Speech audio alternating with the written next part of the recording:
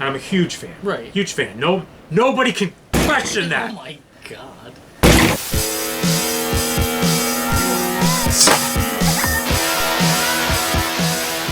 Nostalgic 80s movies. Do you have like fond memories, or maybe in like the case of one, the memories aren't necessarily fond, but you remember that at the time you liked them? Right. And the one that I think of, for instance, is like Beastmaster. Yeah. And I'm eager to revisit it. I know you revisited it the other night. I know I'm gonna dislike it because all my memories of it are super cheesy. First of all, it's that guy who I can't remember his name, but he's basically naked in the whole movie. Yeah. He's just has a loincloth. Just has a loincloth. And I remember he had like ferrets that he could see through their eyes, twin ferrets and stuff like that. Kept in like a sack. Yeah, and it was like a cheesy fantasy setting, and like I don't know. I guess there was probably like a dark wizard or something. Yeah, Rip Torn. Oh, what was it? Rip Torn is the bad guy. Tell me about your experience reliving Beastmaster. Okay, so there's scenes that stick out in my head that I remember as a kid. So you just had to see those scenes again. Yeah, like you know the things that they walk into. There's like those bat guys. There were like these tall like bats, men kind of. They don't have any face, like any mouth. And they're in a point where the Beastmaster like lets this prisoner free, and the prisoner tries to run away, and he runs into one, and it closes them, and it like starts to like, and it basically dissolves them, and then they open it up, and it's bones. It's brutal. That's awesome. But the Beastmaster, when the Beastmaster comes through as a kid, I remember that hawk. Yeah. And it lands, and it looks like they're God, so they give him a free pass. And in my head, when he walks through them, one of them looks at him and gives him like a nod, like it's okay, and he, and he goes through, and none of that's in there. So I made that up in my head. Really? Like it built up this strange story in my head. So when he walks through, he just kind of walks through. He looks at the guy. The guy doesn't ever nod to him. I was gonna say one of the scenes that I actually burst out laughing in Beastmaster was there's a scene where Rip Torn, the bad guy, is throwing children into. He's like on top of a pyramid, and he's like throwing children into the fire. He throws one kid in. Rip Torn like puts the kid in the fire, but the kid's like meh, like he's not completely in the fire. Rip Torn's shoving him with his foot, and all of a sudden this bird comes by and picks the kid up, and it's just the whole scene is so bizarre. Like as a kid you're like, wow, it's amazing, but when you see this you're like, oh, for fuck's sake, like everything that's going on in the scene is terrible. The way it's shot, like they show a close-up of the bird grabbing the child's back and like flying away. You should watch it. I'm definitely going to, yeah. I recently revisited one that I hadn't seen. Again, same thing, I hadn't seen since I was a kid. And in my head, has like this image was burned into my head for all these years. And I could see it so vividly. And that was the black hole. I always remembered Maximilian, the evil robot, on this cliff edge or something like that, basically like in the fires of hell, and looking down at the souls being tortured, and that was what was in the black hole. Right. You went in the black hole, and like hell was in there. Of course. And that's what I remembered vividly as a kid, and I was like, that's ridiculous. There's no way that's actually what it was. But that image that I had burned in my head, not only was like the visual exactly what is actually in the movie, but I remembered it right. It was hell. The freaking robot was in hell at the end of the movie. Robot hell, like Futurama. Forever here in robot hell. At the end of the movie, they blast off into the black hole, and the robot and like the bad guy, who's like, essentially like the evil outer space wizard, though there's not magic, but like he's more like the mad scientist guy. Okay. They merge somehow. Okay, they don't explain it. And end up in hell, while the good guys fly their rocket through the black hole. They go through like this heavenly corridor, following like an angel, come upon this glowing planet and stuff. Wait, did they fly to heaven? I have no idea what the hell this shit was. Jesus Christ. It was like... It makes sense. I mean, you go through a black hole, and then whether you were good or bad, you go to heaven or hell. Yeah, despite this super weird ending, like I thought it held up pretty nicely for what it is, like for that era of for that era.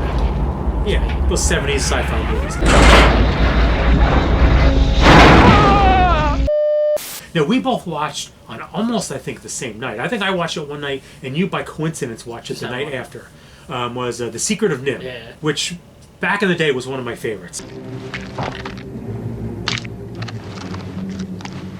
Why have you come? I love The Secret of NIMH. Yeah. But I always heard, probably some from you and from others, that the book was different. The general overall arc is close to the same. Like, it's still that, the rats got experimented on and they got smart. Yeah. But there's not, like, all that magic shit and stuff like that. Just, it's been a while since I, like, sat and watched it. I don't know about you, but I thought it held up wonderfully. Oh, yeah, it is. I thought it's great. Yeah. I just don't like that you sit through a whole movie and then at the end, it's just the amulet just moves to the block and you're all this work and all this, they're trying to move it with, the cinder block, it breaks, and then she just grabs this thing and it just lifts it anyway. Yeah, it's very much a Deus Ex. Yeah, Deus Ex Machina.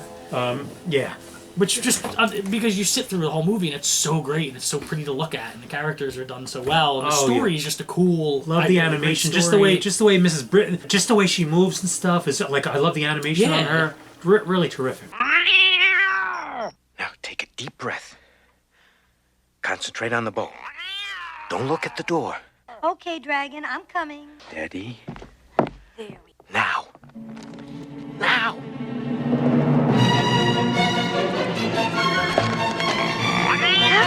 Coming. Get back! Mom, don't let the cat in. You mentioned earlier during a different segment that we were recording Ice Pirates. Oh, Ice Pirates. At last, the space comedy you didn't know you were waiting to see. The Ice Pirates. You got any water? So you're saying I need to rewatch, but have you seen that since you were a kid? No, but that was another movie I watched so much. I can probably do the vast majority of that movie line for line. Really? Yeah, I think so still. Oh, yeah. Yeah. I still use lines from that. Nice. Yes, I haven't seen that since I was a kid. A few years back, I finally had to go back to seeing it because I remember loving it as a kid, but couldn't remember what I loved about it or if it was any good. It was Time Bandits. Time Bandits, the one you are supposed to be promoting.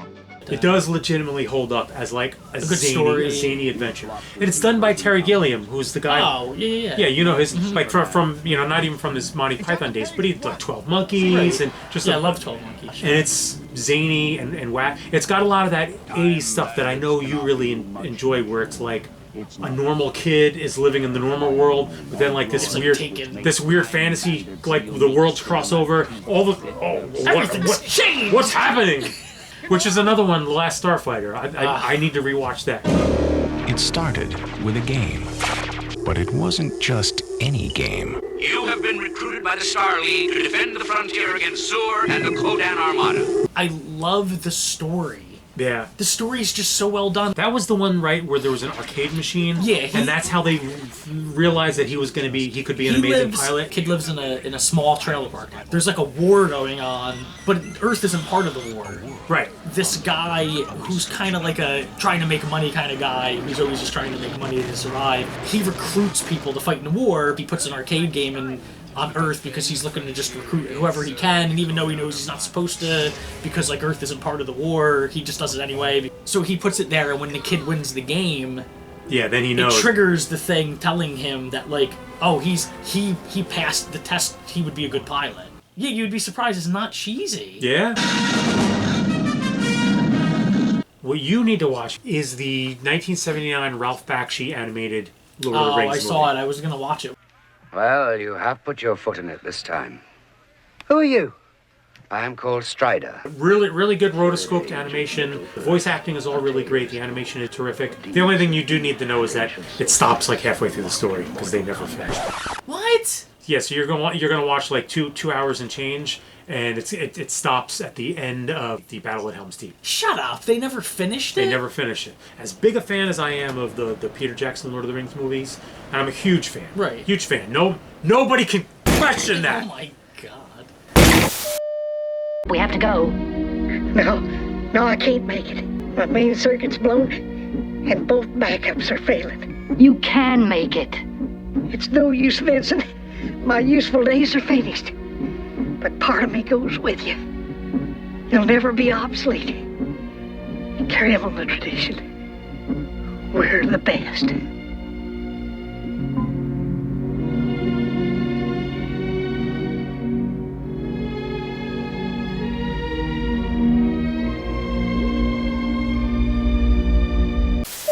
We now conclude our scheduled broadcasts for today. Thank you for joining us. Good night.